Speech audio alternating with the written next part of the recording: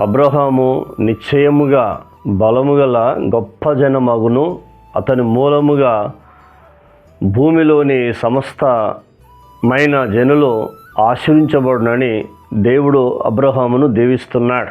ఆయన ఇచ్చిన ఆతిథ్యము తీసుకొని నీవు బలముగల జనమవుతావు, నీ మూలంగా భూమి మీద ఉన్న వంశములు ఆశీర్వించబడతాయని దేవుడు చెప్పాడు.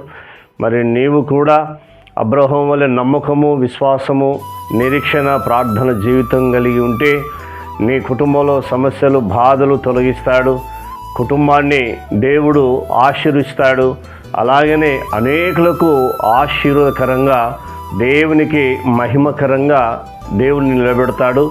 యేసుక్రీస్తును నమ్ము, విశ్వాసము, నమ్మకము, నిరీక్షణ కలిగి ఉంటే అబ్రహామును దీవించిన దేవుడు ఖచ్చితంగా నిన్ను కూడా, నీ కుటుంబాన్ని దీవిస్తాడు. దేవుడి మాటలు దీవించునుగాక. ఆమెన్.